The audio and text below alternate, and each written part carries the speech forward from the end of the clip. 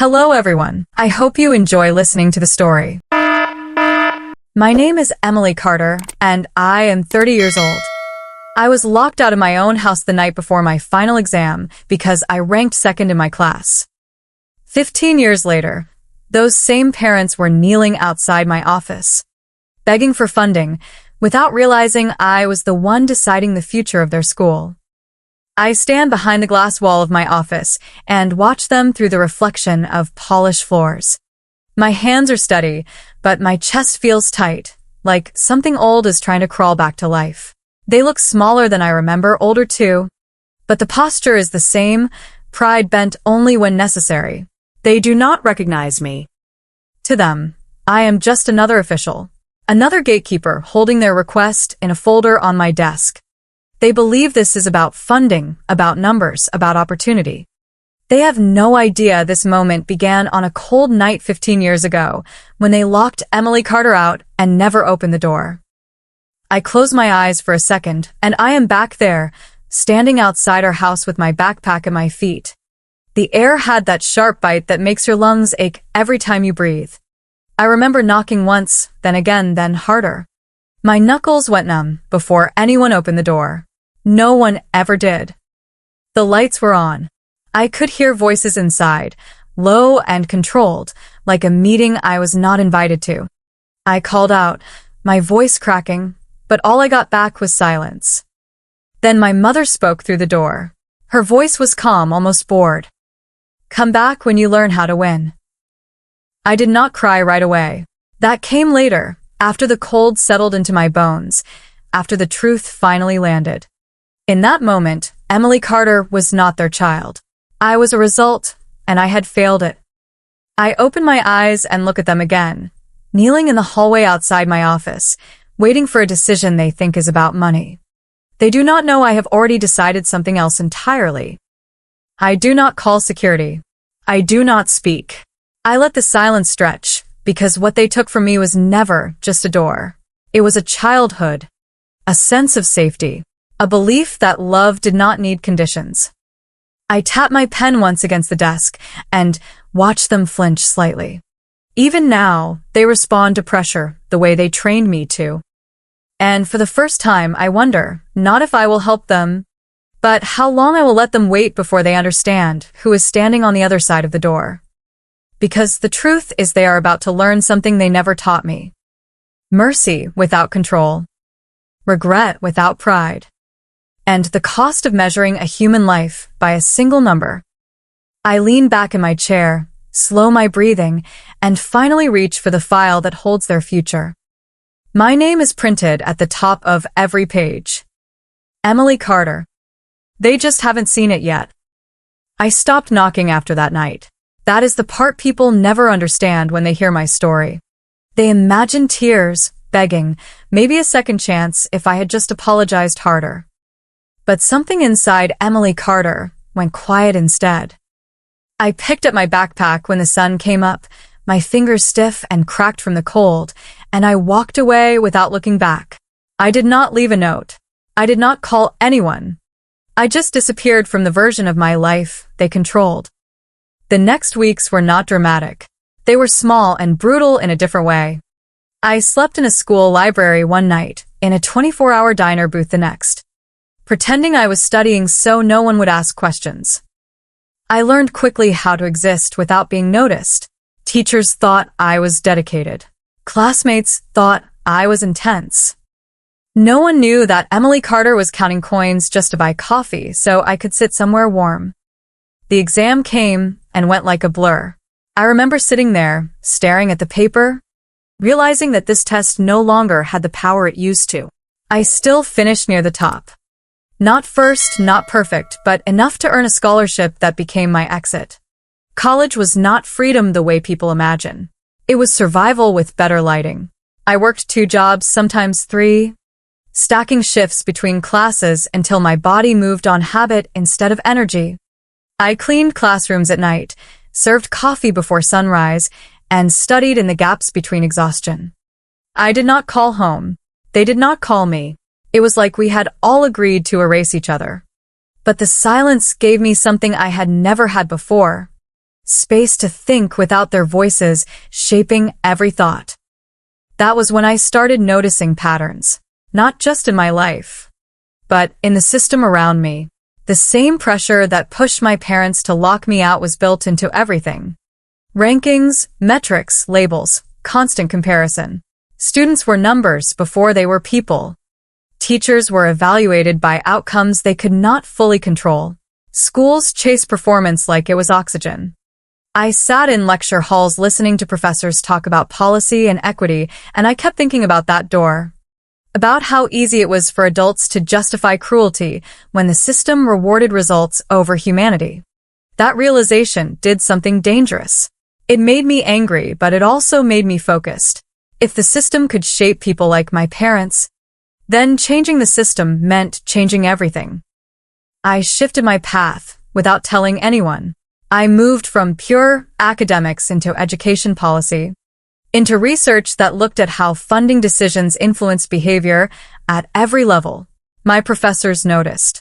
One of them pulled me aside after class and asked why I worked like I was running out of time. I did not tell him about the night outside the house. I just said I did not plan on failing again. He recommended me for an internship at a small policy group, the kind that writes reports no one reads until they suddenly matter. That was my first real step into power, even if it did not feel like it at the time. I spent months analyzing data, tracing how money moved through districts, how incentives quietly shaped decisions that affected thousands of students. It was not glamorous work, but it was precise, and precision became my weapon. Years passed like that, each one building on the last. I learned how to speak in rooms where no one expected me to have authority. I learned when to stay silent and when to ask the one question that made everyone uncomfortable.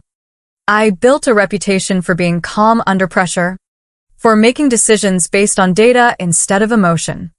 People started trusting me with bigger responsibilities, larger budgets, more influence.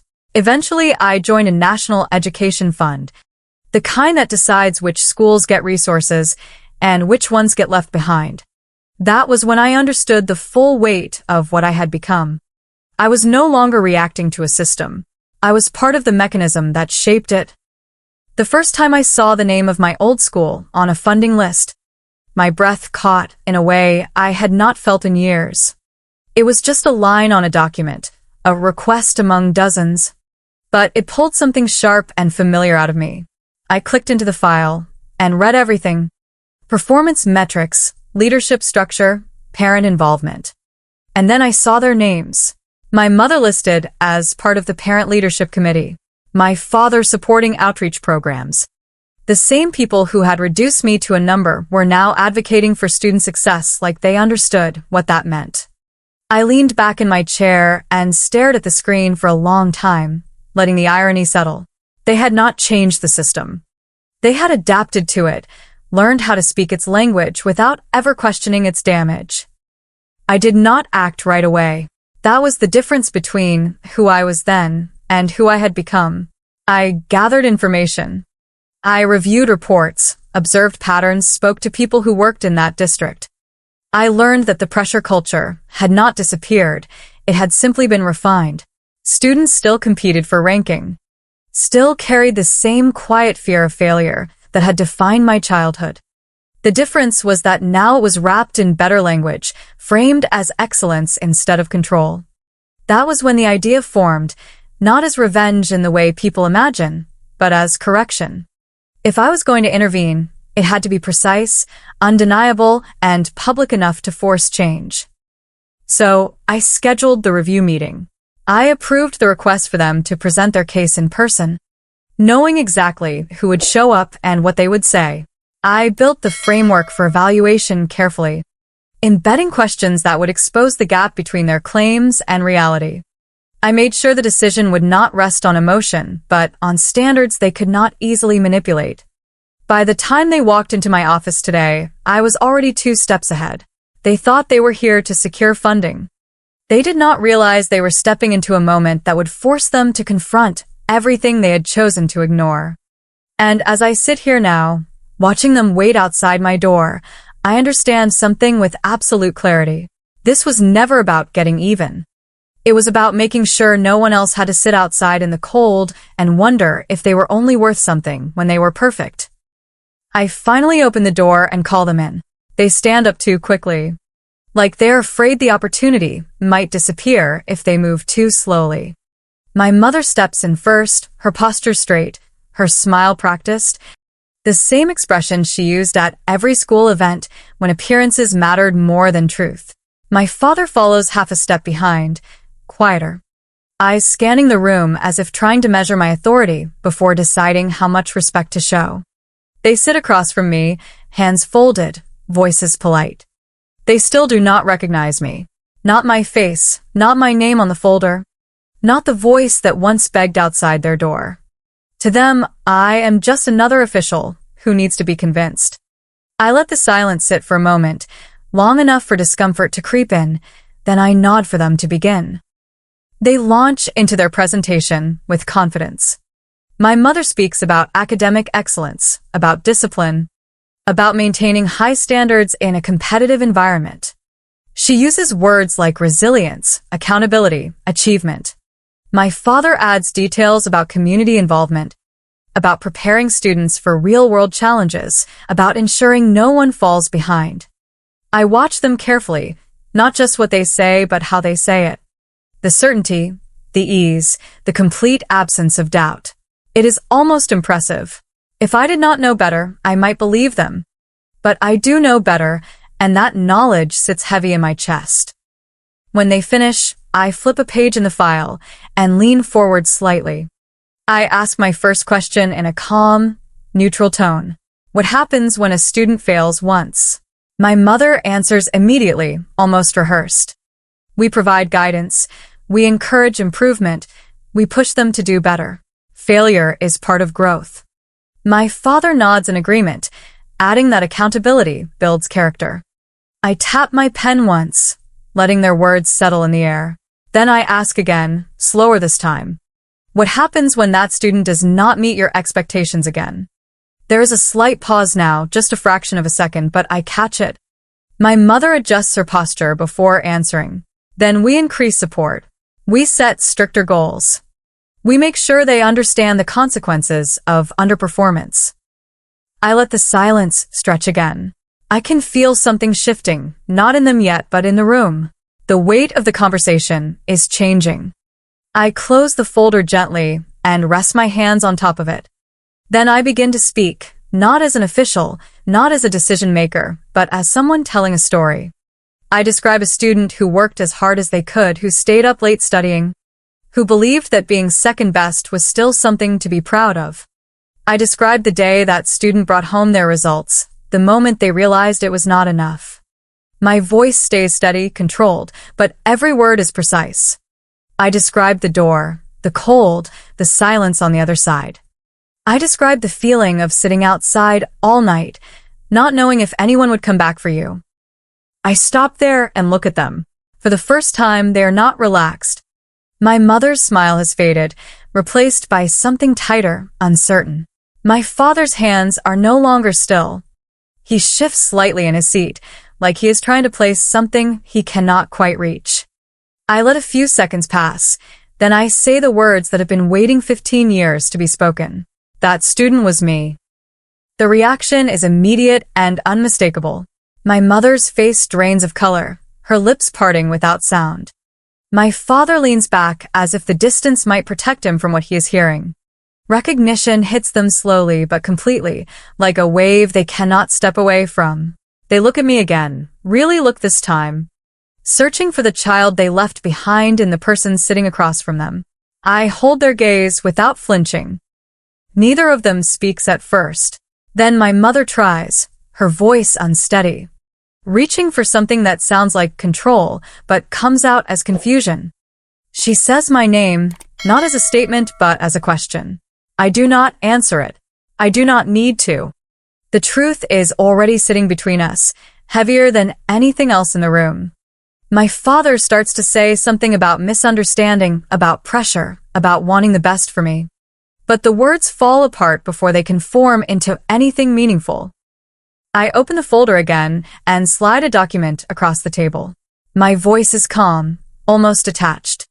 This is the funding decision. I explain the terms clearly, each condition precise and unavoidable. The school will receive support, but only if specific reforms are implemented. Leadership structures must change. Evaluation systems must shift away from ranking obsession. Policies must be introduced to protect students from extreme academic pressure. Parent committees will be restructured. Current leadership will be reviewed and replaced where necessary. I do not raise my voice. I do not accuse. I simply state what will happen.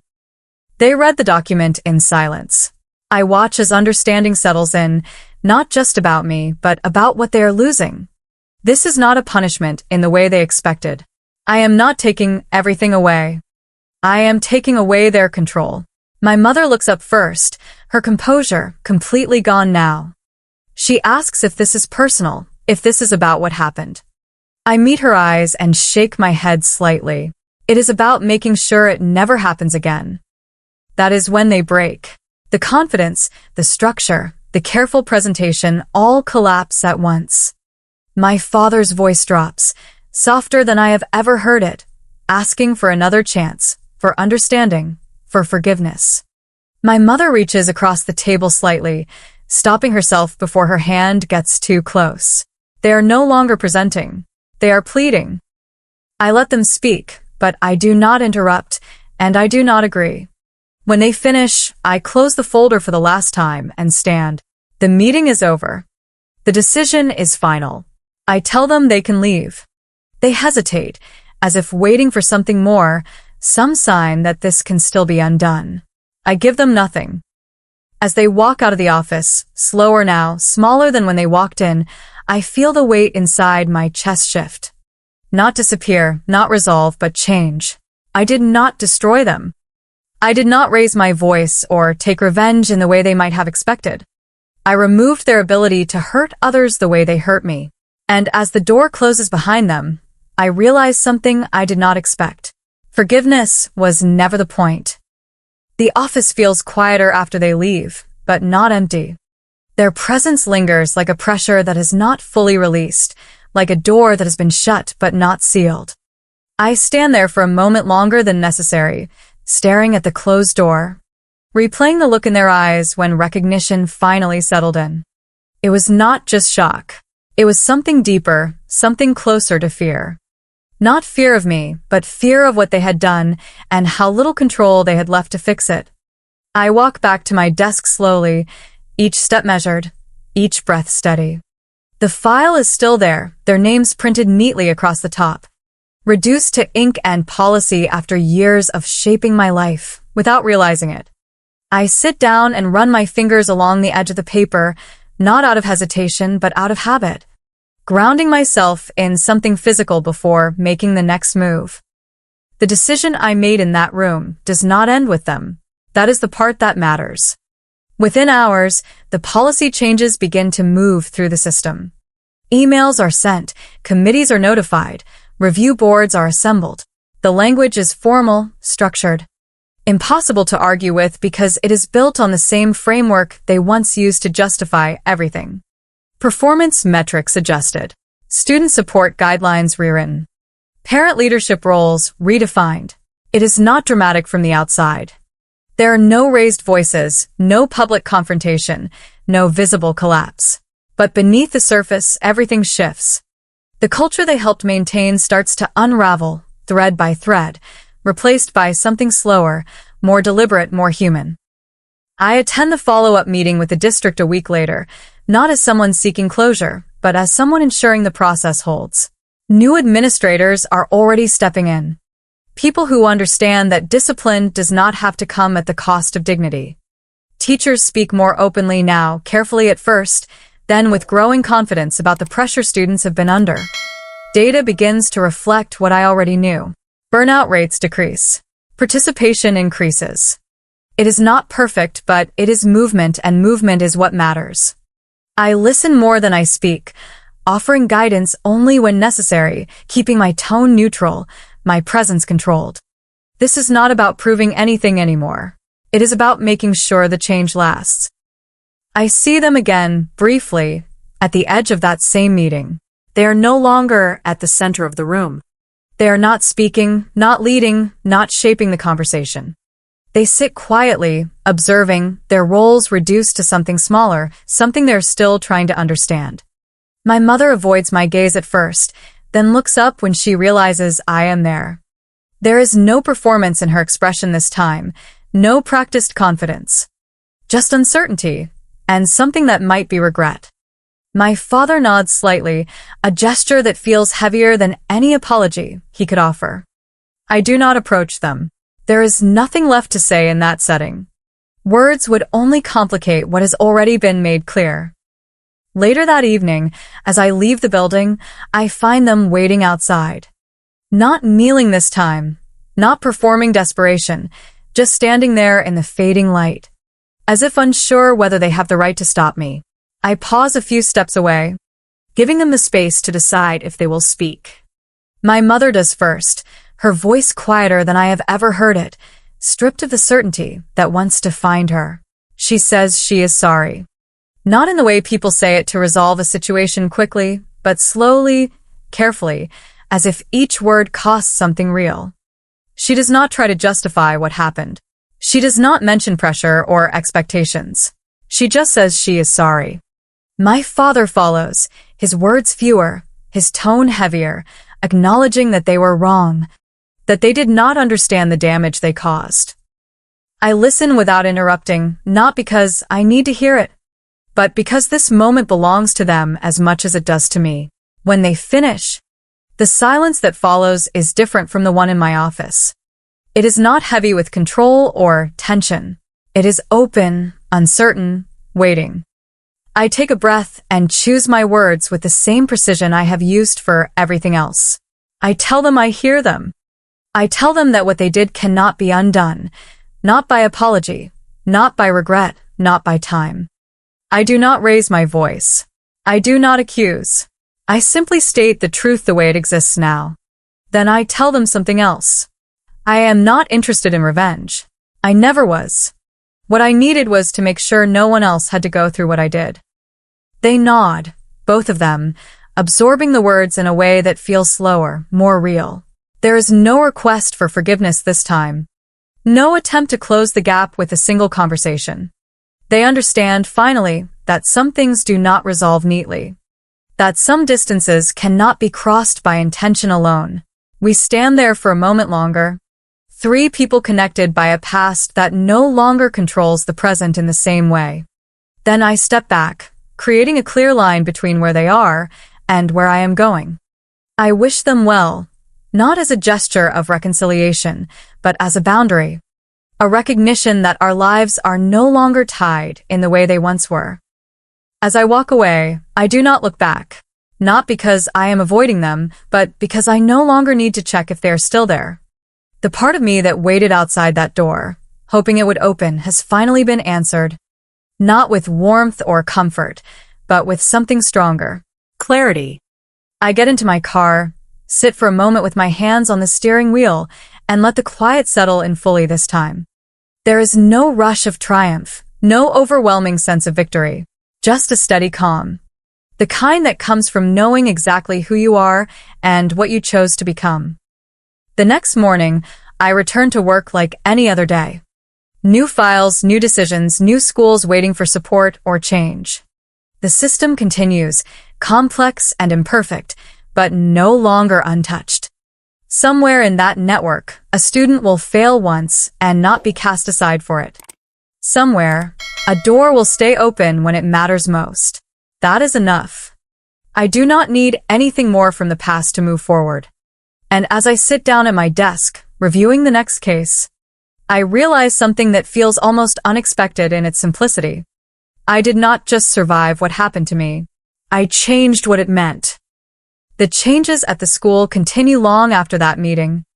Not in dramatic headlines or public announcements, but in quieter ways that matter more. Policies shift, language evolves, and slowly the culture begins to loosen its grip on perfection as the only measure of worth. I visit once, months later, not as a former student returning to confront ghosts, but as an observer ensuring the structure holds.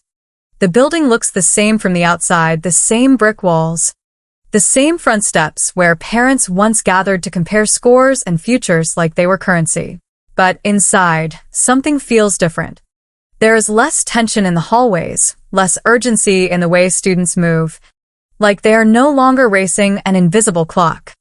I stop near a classroom and watch through the glass as a teacher kneels beside a student, speaking quietly, patiently. The student nods, not in fear but in understanding. That small moment does more than any report ever could. It tells me the shift is real. I do not announce who I am. I do not need recognition here. The work was never about reclaiming a place in this building. It was about changing what this place does to people. As I walk through the corridor, I pass a bulletin board filled with student projects, not ranked, not labeled as best or worst, just displayed. For a second, I imagine what it would have felt like to see something like that when I was younger. To know that effort could exist without comparison. The thought lingers, not as regret, but as perspective. I cannot change what I experienced, but I can change what comes after. Later that day, I receive a message. It is from my father. The words are simple, not polished, not rehearsed. He tells me they have stepped down completely, that they are trying to understand what it means to support something without controlling it. There is no request in the message, no expectation of response. Just information, offered without pressure. I read it once, then set my phone aside. For a long time I do nothing. Not because I am conflicted, but because I am no longer reacting. That is the difference now.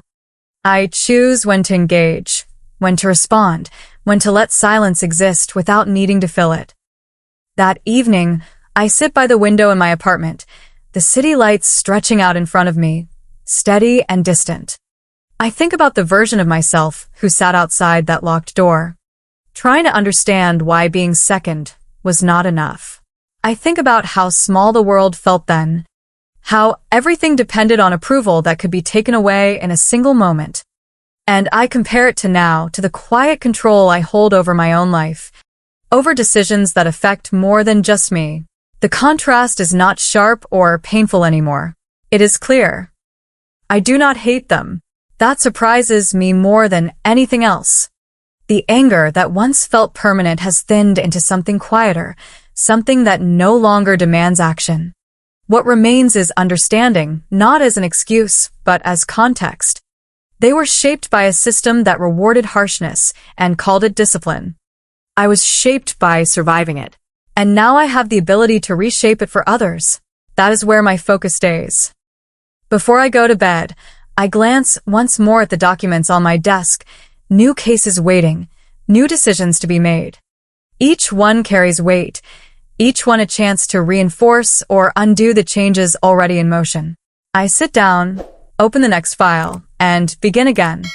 Not as someone trying to prove anything, not as someone seeking closure, but as someone who understands exactly what is at stake. Somewhere a student will face failure for the first time. Somewhere a parent will decide how to respond. And because of what I have done, because of what I chose not to repeat, that moment might unfold differently. If you were that student, standing outside a door that refused to open, would you still believe you were the problem? Or would you walk away and build something stronger than the place that rejected you? I did not get the ending I once imagined. There was no apology that erased the past, no moment that gave me back what I lost. But I gained something stronger. I became the person who decides whether doors stay open or close on someone else.